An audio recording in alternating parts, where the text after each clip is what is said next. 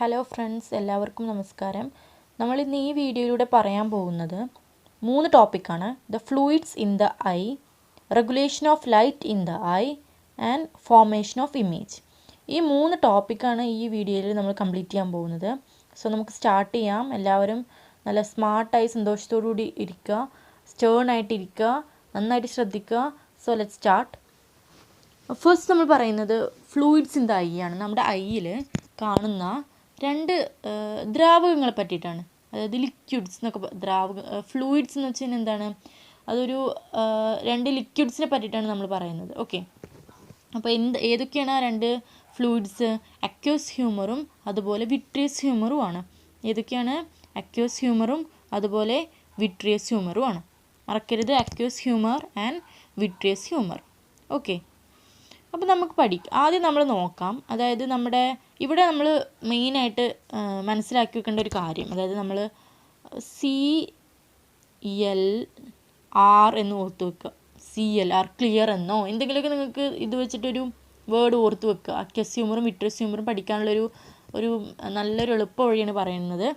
CLR എന്ന് ഓർത്ത് വെക്കുക. ഓക്കെ, അപ്പോൾ ഇത് സി എന്ന് വെച്ച് കഴിഞ്ഞാൽ എന്താണ്? കോർണിയ ആണ്. സി എന്താണ്? കോർണിയ. സി കോർണിയാണ്, കൊറോയിഡ് അല്ല. സി കോർണിയാണെന്ന് ഓർത്ത് വെക്കുക.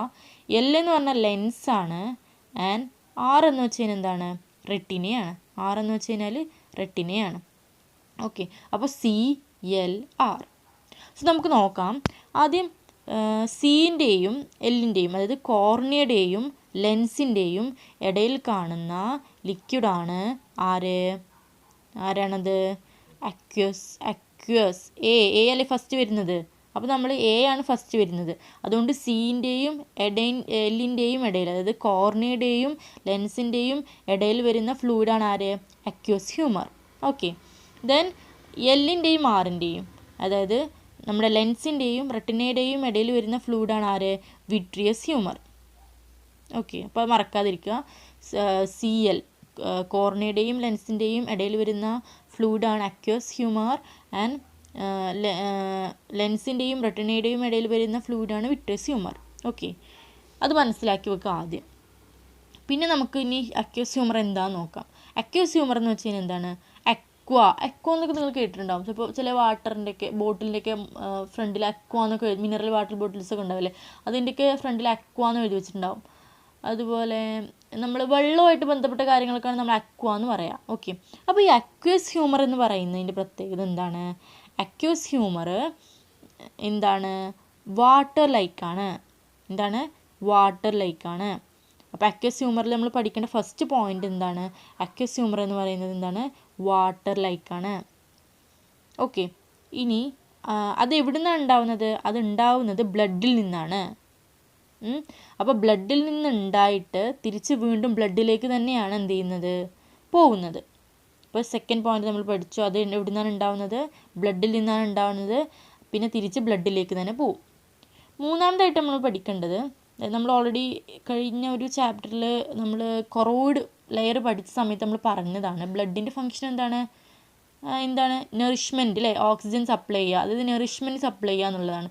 അതുപോലെ തന്നെ ഈ അക്വസ് ഹ്യൂമർ ബ്ലഡിൽ നിന്നാണ് ഉണ്ടാവുന്നത്, ബ്ലഡിലേക്ക് തന്നെയാണ് പോകുന്നത്. അപ്പോൾ ബ്ലഡിൻ്റെ ഫങ്ഷൻ തന്നെയാണ് അവരും ചെയ്യുന്നത്. എന്താണ്?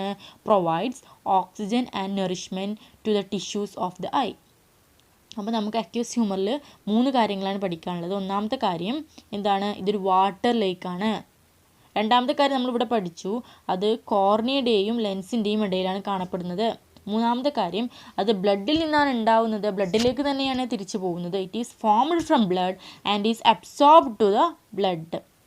ദെൻ മൂന്നാമത്തെ പോയിൻ്റാണ് provides oxygen and nourishment to the tissues of the eye. ഇത്രയും കാര്യങ്ങളാണ് ഇത്രയേ ഉള്ളൂ നമുക്ക് എന്ത് പഠിക്കാൻ? അക്വസ് ഹ്യൂമർ എന്നുള്ള ഭാഗത്ത് നമുക്ക് പഠിക്കാനുള്ളത്. ഓക്കെ, അപ്പോൾ ഈ കാര്യം നമ്മൾ ഫുൾ പഠിച്ചു കഴിഞ്ഞു. ഇനി നമുക്ക് CLR അല്ലേ? അപ്പോൾ ഈ എല്ലിൻ്റെയും ആറിൻ്റെയും ഇടയിൽ ഒരു വലിയ ഗ്യാപ്പുണ്ട്.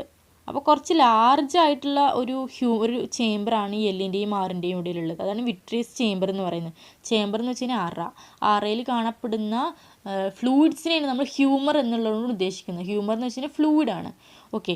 അപ്പോൾ എല്ലിൻ്റെയും ആറിൻ്റെയും ഇടയിൽ കാണുന്ന ചാമ്പർ ഏതാണ്? വിട്രിയസ് ചേംബറാണ്. ആ ചേംബറിൽ കാണപ്പെടുന്ന ഫ്ലൂയിഡാണ് എന്ത്? ഹ്യൂമർ എന്ന് പറയുന്നത്. ഓക്കെ. അപ്പോൾ എല്ലിൻ്റെയും ആറിൻ്റെയും ലെൻസിൻ്റെയും റെറ്റിനയുടെയും ഇടയിൽ കാണുന്ന ഹ്യൂമർ ഏതാണ്? വിട്രിയസ് ഹ്യൂമറാണ്. ഏതാണ്? വിട്രിയസ് ഹ്യൂമറാണ്. ഓക്കെ. ഇനി അതിൻ്റെ കാര്യങ്ങൾ എന്തൊക്കെയാണ് നമുക്ക് പഠിക്കേണ്ടത് നോക്കാം. ഒന്നാമത്തെ കാര്യം, നേരത്തെ നമ്മളൊരു വാട്ടർ ലേക്കാണെന്ന് പറഞ്ഞു, അക്വസ് ഹ്യൂമർ. ഇത് ജെല്ലിയാണ്. ജെല്ലിയൊക്കെ നമ്മൾ കഴിച്ചിട്ടുണ്ടാവും അല്ലേ? ജെല്ലി ലേക്കാണ്. ജെല്ലി പോലത്തെയാണ്. ജെല്ലി ലേക്ക് സബ്സ്റ്റൻസ് ആണ്. ഓക്കെ. പിന്നെ രണ്ടാമത്തെ കാര്യം നമ്മൾ ഓൾറെഡി പഠിച്ചു കഴിഞ്ഞു. ലെൻസിൻ്റെയും റെറ്റിനയുടെയും ഇടയിലാണ് കാണപ്പെടുന്നത്. മൂന്നാമത്തെ കാര്യം ഇത്രയേ ഉള്ളൂ, അതിൻ്റെ ഫങ്ഷൻ. അതെന്ത് ചെയ്യും? നമ്മുടെ ഐസിനൊരു പ്രത്യേക ഷേപ്പ് ഉണ്ട് അല്ലേ? ആ ഷേപ്പ് മെയിൻറ്റെയിൻ ചെയ്യാൻ വേണ്ടിയിട്ട് എന്ത് ചെയ്യും? സഹായിക്കുന്ന ആളാണ് നമ്മുടെ വിട്രിയസ് ഹ്യൂമർ. നേരത്തെ നമ്മൾ പഠിച്ച അക്വസ് ഹ്യൂമറിൻ്റെ ഫങ്ഷൻ എന്തായിരുന്നു? പ്രൊവൈഡ്സ് ഓക്സിജൻ ആൻഡ് നറിഷ്മെൻറ്റ് എന്നുള്ളതായിരുന്നു. അപ്പോൾ ഇത്രയും കാര്യങ്ങളെ നമുക്ക് വിട്രിയസ് ഹ്യൂമറിൽ പഠിക്കാനുള്ളൂ. സോ വളരെ എളുപ്പത്തിൽ തന്നെ നമുക്ക് എന്ത് ചെയ്യാൻ പറ്റും? ഇത് പെട്ടെന്ന് പഠിച്ചു കഴിയാൻ പറ്റും. ഇത് ഓർത്ത് വെക്കുക, ഈ ഒരു കോഡ് ഓർത്ത് വെക്കുക, ക്ലിയർ എന്നോ അല്ലെങ്കിൽ നിങ്ങൾക്ക് ഏതെങ്കിലും ഇഷ്ടമുള്ള കാര്യം വെച്ചിട്ട് ഓർത്ത് വെക്കുക. എന്നിട്ട് ഇത്രയും കാര്യങ്ങൾ ഒരു പോയിൻറ്റും വിടാതെയും കണ്ട് പഠിക്കുക. ഓക്കെ. അത്രയേ ഉള്ളൂ നമുക്ക് ഈ ഒരു ഹ്യൂമർ എന്നുള്ള ഭാഗത്ത്, ഫ്ലൂയിഡ്സ് ഇൻ ദ ഐ എന്നുള്ള ഭാഗത്ത് പഠിക്കാനുള്ളത്. സോ നമ്മൾ അടുത്തതായിട്ട് നമ്മൾ പഠിക്കാൻ പോകുന്ന ടോപ്പിക് എന്ന് പറയുന്നത് regulation of light in the eye ആണ്. Okay. Regulation of light in the eye എന്നുള്ള ഈ ടോപ്പിക്കാണ് നമ്മൾ പഠിക്കാൻ പോകുന്നത്. ഈ ടോപ്പിക്കിൽ നമുക്ക് എന്തെല്ലാം കാര്യങ്ങളാണ് പഠിക്കാനുള്ളത് നോക്കാം. ആദ്യം ഇവിടെ പറയുന്നത് ഒരുപാട് ലൈറ്റ് റേസ് അല്ലെങ്കിൽ ഒരുപാട് ലൈറ്റ് നമ്മുടെ കണ്ണിലേക്ക് അടിക്കുന്നത് നമ്മുടെ കണ്ണിന് എന്താണ്? ഹാംഫുള്ളാണ്. നമ്മുടെ കണ്ണിന് കേടാണ്. നമ്മൾ ടോർച്ചൊക്കെ കണ്ണിലേക്ക് അടിക്കരുത് എന്നൊക്കെ പറയാറുണ്ട് അല്ലേ? അപ്പോൾ ഒരുപാട് ലൈറ്റ് റേസ് നമ്മുടെ കണ്ണിലേക്ക് വരുന്നത് കണ്ണിന് ഹാംഫുള്ളാണ്. അപ്പോൾ നമ്മളെ കണ്ണെന്നെ എന്തൊക്കെയോ കാര്യങ്ങൾ ചെയ്യുന്നുണ്ട്. എന്തിനു വേണ്ടിയിട്ട്? ഒരുപാട് ലൈറ്റ് റേസ് നമ്മുടെ കണ്ണിൻ്റെ ഉള്ളിലേക്ക് തട്ടാതിരിക്കാൻ വേണ്ടിയിട്ട് നമ്മുടെ കണ്ണെന്നെ എന്തൊക്കെയോ കാര്യങ്ങളൊക്കെ ചെയ്യുന്നുണ്ട്. അപ്പോൾ അതാണ് നമ്മൾ നോക്കുന്നത്. സോ ഇവിടെ നമ്മുടെ കണ്ണിൽ പ്രധാനമായിട്ടും രണ്ടാൾക്കാരാണ് എന്ത് ചെയ്യുന്നത്? റെഗുലേറ്റ് ചെയ്യുന്നത്. ലൈറ്റ് റേസ് നമ്മുടെ കണ്ണിലേക്ക് എത്തുന്നത് റെഗുലേറ്റ് ചെയ്യുന്നത് രണ്ടാൾക്കാരാണ്. ഒന്നാമത്തത് ഐറിസും രണ്ടാമത്തെ ആൾ ആരാണ്? പ്യൂപ്പിളുമാണ്. ഓക്കെ. പ്യൂപ്പിളുമാണ്. അപ്പോൾ ഐറിസ് എന്ന് പറഞ്ഞാൽ എന്താ? നമുക്ക് ഓൾറെഡി നമ്മൾ പഠിച്ചു കഴിഞ്ഞു. ഈ സെൻറ്ററിലുള്ള ഡാർക്ക് കളേർഡ് ആയിട്ടുള്ള ഈ ഭാഗമാണ് എന്ത്? ഐറിസ് എന്ന് പറയുന്നത്. അതിൻ്റെ സെൻറ്ററിലുള്ള ആ ഹോളാണ് ആരെന്ന് പറയുന്നത്? പ്യൂപ്പിൾ എന്ന് പറയുന്നത്. ഒക്കെ നമ്മൾ ഓൾറെഡി പഠിച്ചു കഴിഞ്ഞതാണ്. ആ വീഡിയോ കാണാത്ത ആൾക്കാരാണെങ്കിൽ നമ്മുടെ തേർഡ് പാർട്ട്, ഈ ചാപ്റ്ററിൻ്റെ തേർഡ് പാർട്ട് പോയി കണ്ടിട്ട് ഈ കാര്യങ്ങളൊക്കെ കേൾക്കുക. സോ ആ കാര്യങ്ങളൊക്കെ നമ്മൾ ഓൾറെഡി പഠിച്ചു. അപ്പോൾ നമുക്ക് നോക്കാം. അപ്പോൾ ഐറിസും അതുപോലെ പ്യൂപ്പിളുമാണ് എന്ത് ചെയ്യുന്നത്? റെഗുലേറ്റ് ചെയ്യുന്നത്. ലൈറ്റ് റേസ്, അതായത് light falling on the eyes regulate ചെയ്യുന്നത് ഐറിസും പ്യൂപ്പിളുമാണ്. അത് നമ്മൾ മനസ്സിലാക്കി. ഇനി നമുക്ക് ഇവിടെ നമ്മൾ പ്യൂപ്പിളിൻ്റെ കാര്യമാണ് നമ്മൾ ഇവിടെ പറയുന്നത്. ഓക്കെ. പ്യൂപ്പിൾ എന്തെല്ലാം കാര്യങ്ങളാണ് ചെയ്യുന്നത്? സോ പ്യൂപ്പിൾ ഡിം ലൈറ്റിൽ, വളരെ കുറഞ്ഞ വെളിച്ചത്തിലും അതേപോലെ തന്നെ ബ്രൈറ്റ് ലൈറ്റിൽ, വളരെ നല്ല ബ്രൈറ്റ് ആയിട്ടുള്ള ലൈറ്റിലും എന്തോ കാര്യങ്ങൾ ചെയ്യുന്നുണ്ട്. പ്യൂപ്പിൾ ചെയ്യുന്നുണ്ട്. അതെന്താ നോക്കാം. അപ്പോൾ നമുക്ക് അങ്ങനെ ഡിം ലൈറ്റിലും ബ്രൈറ്റ് ലൈറ്റിലും പ്യൂപ്പിൾ എന്തോ കാര്യം ചെയ്യുന്നുണ്ട് നമ്മൾ പറഞ്ഞു. അതിനെ ഹെൽപ്പ് ചെയ്യുന്ന രണ്ട് മസിൽസാണ് ആരൊക്കെ? രണ്ട് മസിൽസാണ് റേഡിയൽ മസിൽസും അതുപോലെ തന്നെ സർക്കുലാർ മസിൽസും. റേഡിയൽ മസിൽസും സർക്കുലാർ മസിൽസും പഠിക്കാം. റേഡിയൽ മസിൽസ് ഉണ്ട്. നമ്മൾ പ്യൂപ്പിളിൻ്റെ കാര്യമാണ് കേട്ടോ പറയുന്നത്.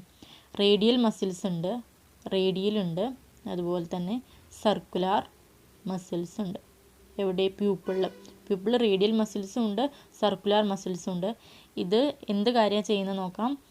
ആദ്യം നമുക്ക് ഏതൊക്കെ സമയങ്ങളിൽ ഡിം ലൈറ്റിലും ബ്രൈറ്റ് ലൈറ്റിലും നമ്മളെ കണ്ണിൽ രണ്ട് മസിൽസ് ഉണ്ട്. റേഡിയൽ മസിൽസ് ഉണ്ട്, അതുപോലെ തന്നെ സർക്കുലാർ മസിൽസ് ഉണ്ട്. അത് എന്താണ് ചെയ്യുന്നത് നോക്കാം. ഓക്കെ. അപ്പോൾ ഡിം ലൈറ്റ് ആവുമ്പോൾ ഡിം ലൈറ്റിൽ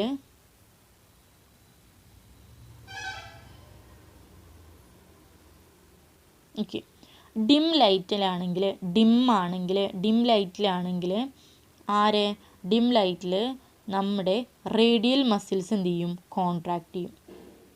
ഓക്കെ. CRD എന്ന് ഓർക്കുക. അതായത് ഡിം ലൈറ്റിൽ റേഡിയൽ മസിൽസ് കോൺട്രാക്ട് ചെയ്യും. ഓക്കെ, CRD, ഡിം ലൈറ്റിൽ റേഡിയൽ മസിൽസ് കോൺട്രാക്ട് ചെയ്യും. അത് നിങ്ങൾക്ക് ഇഷ്ടമുള്ള രൂപത്തിൽ നിങ്ങൾക്ക് പഠിക്കാം. നിങ്ങൾക്ക് വേറെ വല്ല ഇത് വെച്ചിട്ട് വേറെ വല്ല വാക്കും കിട്ടുന്നുണ്ടെങ്കിൽ നിങ്ങൾക്ക് അതൊക്കെ ഉപയോഗിച്ച് പഠിക്കാം. അപ്പോൾ ഞാൻ നിങ്ങൾക്ക് പറഞ്ഞു തരുന്നത് CRD എന്ന് ഓർക്കാനാണ്. CRD എന്ന് വെച്ച് കഴിഞ്ഞാൽ എന്താണ്? ഡിം ലൈറ്റിൽ റേഡിയൽ മസിൽസ് കോൺട്രാക്ട് ചെയ്യും. ഡിം ലൈറ്റിൽ റേഡിയൽ മസിൽസ് കോൺട്രാക്ട് ചെയ്യും. ഓക്കെ, അപ്പോൾ CRD എന്ന് ആലോചിച്ച് വെക്കാം. അപ്പോൾ നമ്മുടെ റേഡിയൽ മസിൽസിൻ്റെ ഫംഗ്ഷൻ കഴിഞ്ഞു. അടുത്ത് നമുക്ക് ആരാണ്? സർക്കുലർ മസിൽസ് ആണുള്ളത്. ഓക്കെ, അപ്പോൾ അതിന് നേരെ തിരിച്ചാണ് എപ്പോൾ വരിക? ഒന്നുകൂടി പറയാം. അതായത് ഡിം ലൈറ്റിൽ CRD, ഡിം ലൈറ്റിൽ റേഡിയൽ മസിൽസ് കോൺട്രാക്ട് ചെയ്യും. ആ സമയത്ത് പ്യൂപ്പിളിൻ്റെ സൈസ് എന്ത് ചെയ്യും? കൂടും. ഓക്കെ, പ്യൂപ്പിളിൻ്റെ സൈസ് കൂടും. അപ്പോൾ CRD ഇൻക്രീസസ്. ആരുടെ സൈസ്? പ്യൂപ്പിളിൻ്റെ സൈസ് കൂടും. CRD ഇൻക്രീസസ് എന്ന് പഠിക്കുക. അതായത് ഡിം ലൈറ്റിൽ റേഡിയൽ മസിൽസ് കോൺട്രാക്ട് ചെയ്യുന്ന സമയത്ത് നമുക്ക് തോന്നും കോൺട്രാക്ട് ചെയ്യല്ലേ, അപ്പോൾ സൈസ് കുറയല്ലേ എന്നൊക്കെ നമുക്ക് തോന്നും. ബട്ട് അങ്ങനെയല്ല. റേഡിയൽ മസിൽസ് കോൺട്രാക്ട് ചെയ്യുന്ന സമയത്ത് പ്യൂപ്പിളിൻ്റെ സൈസ് കൂടുകയാണ് ചെയ്യുക. ഓക്കെ, അടുത്തത് നമ്മുടെ സർക്കുലർ മസിൽസ് ഉണ്ടല്ലോ. സർക്കുലർ മസിൽസ് അത് കോൺട്രാക്ട് ചെയ്യുന്ന സമയത്ത് എന്താ ഉണ്ടാവുക? ഇൻറ്റൻസ് ലൈറ്റിൽ സർക്കുലർ മസിൽസ് എന്ത് ചെയ്യും? കോൺട്രാക്ട് ചെയ്യും. എപ്പോൾ? ഇൻറ്റൻസ് ലൈറ്റിൽ. അപ്പോൾ ഇൻറ്റൻസ് ലൈറ്റിൽ സർക്കുലർ മസിൽസ് കോൺട്രാക്ട് ചെയ്യും. ഓക്കെ, അപ്പോൾ രണ്ടും കോൺട്രാക്ട് ചെയ്യുന്നത്. അപ്പോൾ അവിടെ ഒരു ഡൗട്ടും ഇല്ല. റേഡിയൽ മസിൽസ് ആണെങ്കിലും സർക്കുലർ മസിൽസ് ആണെങ്കിലും രണ്ടും കോൺട്രാക്ഷൻ തന്നെയാണ് നടക്കുന്നത്. അപ്പോൾ അവിടെ ഡൗട്ടില്ല. പിന്നെ ഏതൊക്കെ സമയങ്ങളിൽ? ഇൻറ്റൻസ് ലൈറ്റിലാണെങ്കിൽ നമ്മുടെ ആരാണ്? സർക്കുലർ മസിൽസാണ് കോൺട്രാക്ട് ചെയ്യുന്നത്. അപ്പോൾ സൈസ് ഓഫ് ദ പ്യൂപ്പിൾ എന്ത് ചെയ്യും? കുറയും. അപ്പോൾ ഇങ്ങനെ ആലോചിക്കുക, സർക്കുലർ മസിൽസ് വരുമ്പോഴാണ് പ്യൂപ്പിളിൻ്റെ സൈസ് കുറയുന്നത്. ഓക്കെ, റേഡിയൽ മസിൽസ് വരുമ്പോൾ പ്യൂപ്പിളിൻ്റെ സൈസ് കൂടുകയാണ് ചെയ്യുന്നത്. അപ്പോൾ അത് നിങ്ങൾക്ക് ഇഷ്ടമുള്ള പോലെ പഠിക്കാം. അപ്പോൾ ഇത്രയേ ഉള്ളൂ. ഒന്നുകൂടി പറയണോ? അതായത് CRD, ഡിം ലൈറ്റിൽ റേഡിയൽ മസിൽസ് കോൺട്രാക്ട് ചെയ്യും. ഓക്കെ, അപ്പോൾ സൈസ് ഓഫ് ദ പ്യൂപ്പിൾ എന്ത് ചെയ്യും? കൂടും. അടുത്തത് CCI, അതായത് ഇൻറ്റൻസ് ലൈറ്റിൽ സർക്കുലർ മസിൽസ് കോൺട്രാക്ട് ചെയ്യും. ഓക്കെ, അപ്പോൾ സൈസ് ഓഫ് ദ പ്യൂപ്പിൾ കുറയും. അപ്പോൾ സൈസ് ഓഫ് ദ പീപ്പിൾ എപ്പോഴൊക്കെയാണ് കുറയുക എപ്പോഴാണ് കൂടുക നിങ്ങൾ മനസ്സിലാക്കി വെക്കുക. പിന്നെ ഈ കാര്യം പഠിക്കുക. അത്രയേ ഉള്ളൂ നമുക്ക് എന്ത് ചെയ്യാനുള്ളത്. Regulation of light in the eye എന്നുള്ള ടോപ്പിക്കിൽ പഠിക്കാനുള്ളത്. ദെൻ ഈ പിക്ചറും എല്ലാ കാര്യങ്ങളും നോക്കി വെക്കുക, നന്നായിട്ട് വായിക്കുക. ഓക്കെ, നന്നായിട്ട് വായിക്കുക, ക്ലാസ് നന്നായിട്ട് കേൾക്കുക. ദെൻ ഇനി അടുത്ത ടോപ്പിക്കാണ് നമ്മൾ പഠിക്കാൻ പോകുന്നത്. ഓക്കെ, അടുത്ത ടോപ്പിക്ക് എന്താണ്? ഫോർമേഷൻ ഓഫ് ഇമേജ് എന്നുള്ള ടോപ്പിക്കാണ് നമ്മൾ പഠിക്കാൻ പോകുന്നത്. സോ നമ്മൾ അടുത്ത ടോപ്പിക്ക് ഫോർമേഷൻ ഓഫ് ഇമേജ് എന്നുള്ള ടോപ്പിക്കാണ്. അപ്പോൾ ഈ ടോപ്പിക്കിൽ നമുക്ക് എന്തെല്ലാം കാര്യങ്ങളാണ് പഠിക്കാനുള്ളത് നോക്കാം. ആദ്യം ഈ ഭാഗം പഠിക്കണം. അതായത് ഈ ടോപ്പിക്കിലേക്ക് നമ്മൾ വരുമ്പോൾ തന്നെ നമുക്ക് ആദ്യമായിട്ട് പഠിക്കാനുള്ളത് ഈ ഒരു ഇവിടെ കണ്ടോ, ഈ ഒരു 3 ബ്ലാങ്ക് ഉണ്ടല്ലോ, ആ ബ്ലാങ്കാണ് പഠിക്കാനുള്ളത്. അതെന്താണ്? അവിടെ ക്വസ്റ്റ്യൻ എന്താണ്? What are the peculiarities of the image formed on the retina? റെറ്റിനയിൽ ഉണ്ടാവുന്ന, നമ്മുടെ കണ്ണിൽ റെറ്റിനയിൽ ഇമേജ് ഉണ്ടായില്ലേ, ആ ഇമേജിൻ്റെ പ്രത്യേകതകൾ എന്തെല്ലാമാണ്? സോ നിങ്ങൾ എഴുതിയേക്കോളൂ. ഒന്നാമത്തെ പ്രത്യേകത എന്ന് പറയുന്നത് റിയലാണ്. എന്താണ്? റിയലാണ്. രണ്ടാമത്തത് ഇൻവേർട്ടഡ് ആണ്. ആൻഡ് മൂന്നാമത്തെ കാര്യം സ്മോളർ ദാൻ ദ ഒബ്ജക്റ്റ്. അതായത് നമ്മൾ കാണുന്ന ഒബ്ജക്റ്റ് അല്ലേ, നമ്മളിപ്പോൾ ഒരു വീടാണ് കാണണമെങ്കിൽ ആ വീടിൻ്റെ സൈസ് വളരെ കൂടുതലായിരിക്കും. പക്ഷേ നമ്മൾ ഇമേജ്, ഈ കണ്ണിലുണ്ടായ ഇമേജ് എന്തായിരിക്കും? ആ ഒബ്ജക്റ്റിനേക്കാളും സ്മോളർ ആയിരിക്കും. സോ ഈ 3 കാര്യങ്ങൾ ഇമ്പോർട്ടൻ്റ് ആയിട്ട് പഠിക്കുക. ഈ peculiarities of the image formed on the retina എന്തൊക്കെയാണ്? റിയലാണ്, ഇൻവേർട്ടഡ് ആണ്. ഇൻവേർട്ടഡ് എന്ന് പറഞ്ഞാൽ എന്താണ്? ഇപ്പോൾ നമ്മുടെ ഇമേജ്, നമ്മുടെ കണ്ണിൽ ഇമേജ് ഉണ്ടാകുന്ന സമയത്ത് ഇപ്പോൾ ഇങ്ങനെ നിൽക്കുന്ന മരമാണെങ്കിൽ അതെന്ത് ചെയ്യും? തിരിഞ്ഞിട്ടായിരിക്കും കാണുക. ഓക്കെ, തിരിഞ്ഞ് നിൽക്കുന്ന മരമായിട്ടാണ് കാണുക. ഇൻവേർട്ടഡ്, തല തിരിച്ചിട്ടാണ് കാണുക. അതാണ് ഇൻവേർട്ടഡ് എന്ന് പറഞ്ഞാൽ. അതൊക്കെ നമ്മൾ ഫിസിക്സിൽ പഠിക്കുന്നുണ്ട്. സോ റിയൽ, ഇപ്പം നിങ്ങളിങ്ങനെ പഠിക്കുക, റിയലാണ്, ഇൻവേർട്ടഡ് ആണ്, അതുപോലെ തന്നെ എന്താണ്? സ്മോളർ ദാൻ ദി ഒബ്ജക്റ്റ് ആണ്. ഒബ്ജക്റ്റിനേക്കാളും സ്മോളർ ആണ്. അടുത്ത് നമ്മൾ പഠിക്കാൻ പോകുന്നത്, ആ ഒരു ടേം ഇവിടെ കൊടുത്തിട്ടില്ല, പക്ഷെ നമ്മളത് മനസ്സിലാക്കണം. എന്താണ്? Power of accommodation. Power of accommodation എന്നുള്ളത് എന്താണെന്ന് നമ്മൾ അടുത്ത് പഠിക്കാൻ പോകുന്നത്. Power of accommodation, power of accommodation, power of accommodation. Okay, power of accommodation, power of power of accommodation. Okay, power of accommodation എന്ന് പറഞ്ഞാൽ എന്താ നോക്കാം. പവർ ഓഫ് അക്കോമഡേഷൻ എന്ന് പറഞ്ഞാൽ നമ്മുടെ കണ്ണിൻ്റെ ഒരു കഴിവാണ്. എന്തിനുള്ള കഴിവ്? അതായത് നമ്മളെ കണ്ണിൽ കോൺവെക്സ് ലെൻസ് ഉണ്ടെന്ന് നമ്മൾ പറഞ്ഞു. ആ കോൺവെക്സ് ലെൻസിൻ്റെ ഫോക്കൽ ലെങ്ത്ത് ചേഞ്ച് ചെയ്യാനുള്ള നമ്മുടെ കണ്ണിൻ്റെ കഴിവിനെയാണ് നമ്മൾ എന്തെന്ന് പറയുന്നത് പവർ ഓഫ് അക്കോമഡേഷൻ എന്ന് പറയുന്നത്. ഓക്കെ, പവർ ഓഫ് അക്കോമഡേഷൻ എന്ന് പറഞ്ഞാൽ നമ്മുടെ കണ്ണിൻ്റെ ഫോക്കൽ ലെങ്ത്ത്, കണ്ണിലുള്ള ലെൻസിൻ്റെ ഫോക്കൽ ലെങ്ത്ത് ചേഞ്ച് ചെയ്യാനുള്ള കഴിവിനെയാണ് നമ്മൾ എന്തെന്ന് പറയുന്നത് പവർ ഓഫ് അക്കോമഡേഷൻ എന്ന് പറയുന്നത്. എങ്ങനെയാണ് ചേഞ്ച് ചെയ്യുക? എങ്ങനെയാണ് ഫോക്കൽ ലെങ്ത്ത് ചേഞ്ച് ചെയ്യുന്നത്? By changing its curvature in accordance with the distance of the object. അതായത് ഇമേജിൻ്റെ ഡിസ്റ്റൻസിനനുസരിച്ചിട്ട്, ഇപ്പോൾ ഇമേജിൻ്റെ ഡിസ്റ്റൻസ് ഉണ്ടല്ലോ, ഈ ഡിസ്റ്റൻസിനനുസരിച്ചിട്ട് നമ്മുടെ കണ്ണിൻ്റെ കർവേച്ചർ അത് ലെൻസിൻ്റെ കർവേച്ചർ കേട്ടോ. ലെൻസ് ചിലപ്പോൾ ഇങ്ങനെ ആവാം, അല്ലെങ്കിൽ ഇങ്ങനെ ആവാം. അപ്പോൾ ലെൻസിൻ്റെ കർവേച്ചർ ചേഞ്ച് ചെയ്യാനുള്ള, അങ്ങനെ ചേഞ്ച് ചെയ്തിട്ട് എന്ത് ചെയ്യും, നമ്മുടെ ലെൻസിൻ്റെ ഫോക്കൽ ലെങ്ത്ത് ചേഞ്ച് ചെയ്യും. ആ ഒരു എബിലിറ്റി, കണ്ണിൻ്റെ ആ ഒരു കഴിവിനെയാണ് നമ്മൾ എന്തെന്ന് പറയുന്നത് പവർ ഓഫ് അക്കോമഡേഷൻ എന്ന് പറയുന്നത്. സോ നമുക്കൊന്നുകൂടി പറയാം. പവർ ഓഫ് അക്കോമഡേഷൻ എന്താണ്?